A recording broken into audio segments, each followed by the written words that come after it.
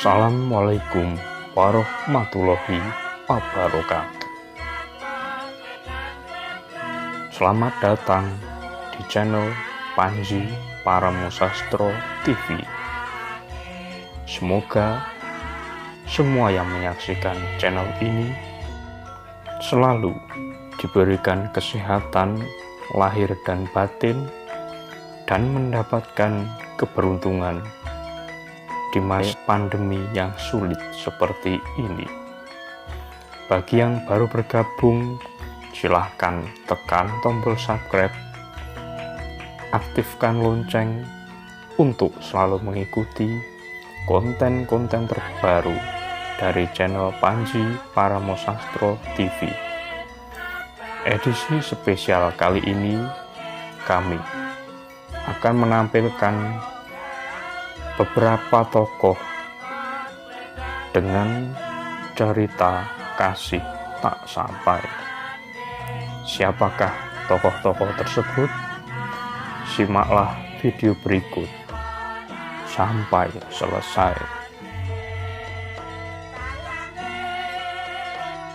Urutan pertama dengan cerita kasih tak sampai adalah cinta Prabu Rahwana kepada Dewi Sinta. Prabu Rahwana sangat mencintai Dewi Sinta sehingga dia rela berkorban apapun untuk memiliki Dewi Sinta.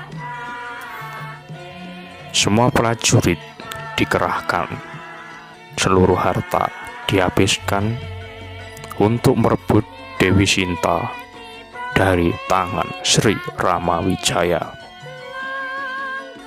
Tetapi takdir berkata lain. Sri Rama dapat merebut kembali Dewi Sinta yang diculik oleh Rahwana hingga membunuh Raja Angkara Murka tersebut dan menghabiskan seluruh keluarga, prajurit, dan isi istana Ngalengka.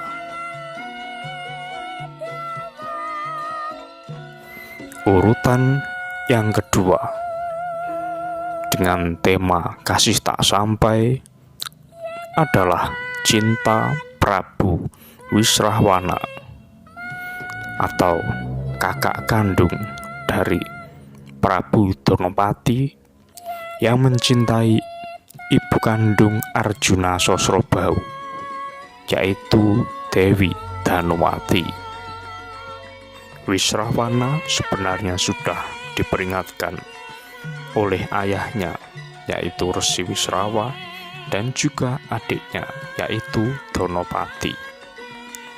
Tetapi karena dia tetap bersikukuh, akhirnya Prabu Wisrahwana menyerang kerajaan Maespati yang dipimpin oleh ayah Harjono Sosro, yaitu Prabu Heryo, dan kemudian Wisrawono harus mati di tangan Prabu Heryo dengan senjata yang tercipta dari ari-ari Raden Harjono Sosro, yaitu senjata cakra. Urutan yang ketiga adalah cinta Prabu Donopati kepada Dewi Sukesi. Prabu Donopati yang pada saat itu masih muda ingin mengikuti sayembara di Ngalengka untuk meminang Dewi Sukesi. Syarat sayembara yang pertama adalah dapat mengalahkan Jambu Mangli. Yang kedua, dapat menerangkan ilmu atau kawruh Sastra Jendra Hayuningrat Pangruwating Diyu. Saat itu Danapati ingin berangkat sendiri mengikuti sayembara Ngalengka tersebut, tetapi ayah Danapati yaitu Resi Wisrawa melarang anaknya mengikuti sayembara tersebut karena dirinya belum menguasai ilmu Sastra Jendra Hayuningrat Pangruwating Diyu. Wisrawa dengan segenap kerendahan hati ingin berangkat ke Ngalengka untuk melamarkan Prabu Danapati untuk meminang Dewi Sukesi. Tetapi sesampainya di Ngalengka, Dewi Sukesi tidak mau diperistri oleh Prabu Danapati, tetapi malah ingin diperistri Resi Wisrawa.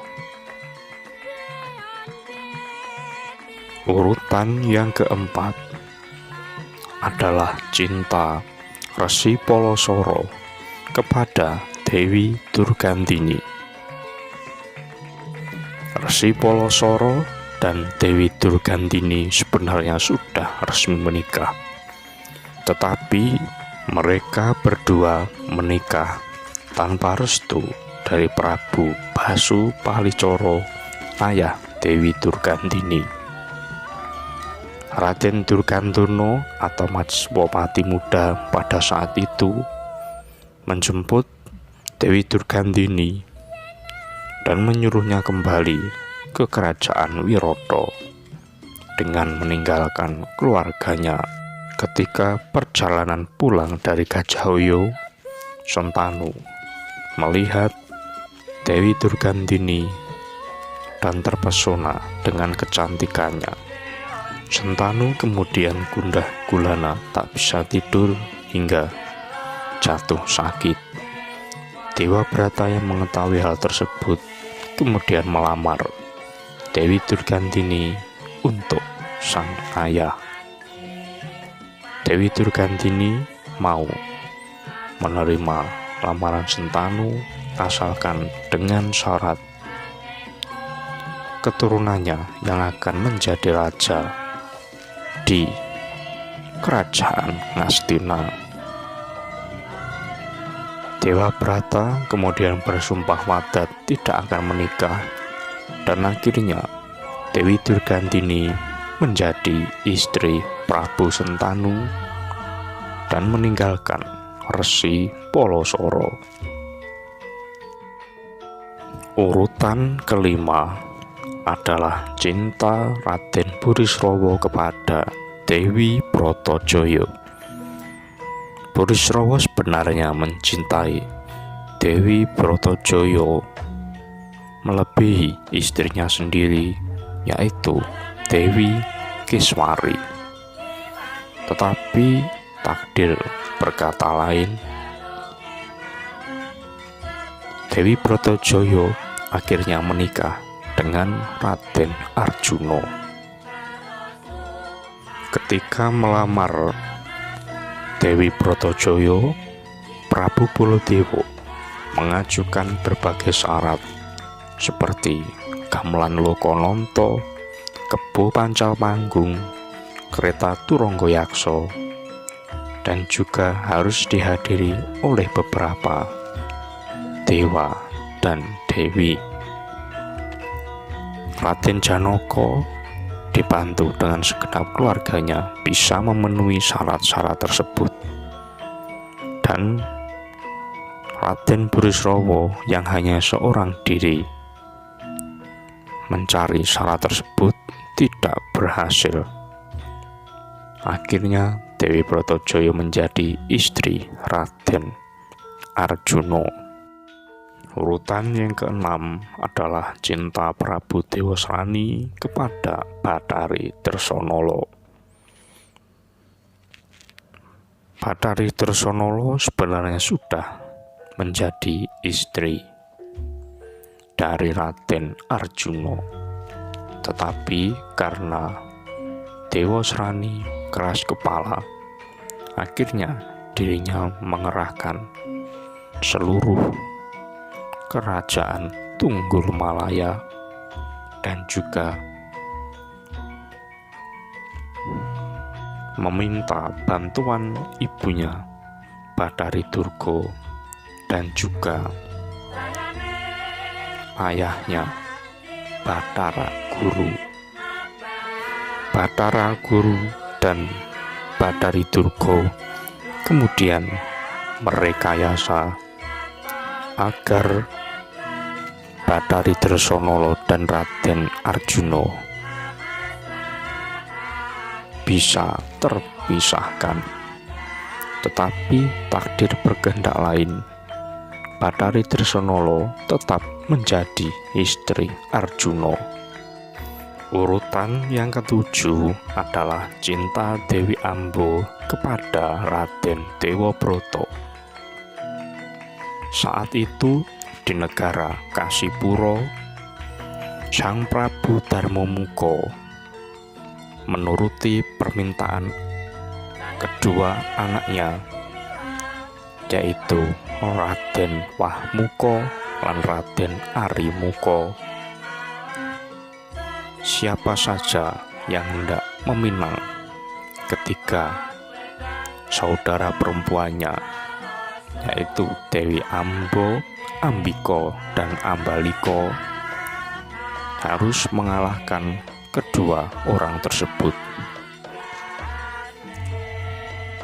Kemudian Raden Dewabrata yang berhasil mengalahkan Wahmuka dan Arimuka kemudian membawa pulang ketiga anak Prabu Darmamuka ke kerajaan Ngastina. Dewi Ambika dan Ambalika kemudian diperistri oleh Raden Hastabrata dan juga Raden Abiyasa. Dewabrata yang sudah sumpah wadat kemudian tidak mau meminang Dewi Amba dan menyebabkan dirinya sakit hati dan bunuh diri.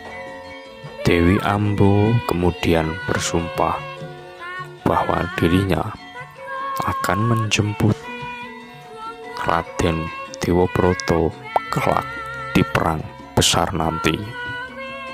Urutan ke-8 atau urutan terakhir adalah cinta Dewi Banwati kepada Raden Arjuna. Sebenarnya Dewi Banwati tidak mencintai suaminya, yaitu Prabu Duryudana. Tetapi sampai akhir hayat pun dirinya tidak pernah bisa menikah dengan Raden Arjuna. Dengan demikian berakhirlah edisi spesial tokoh kasih tak sampai.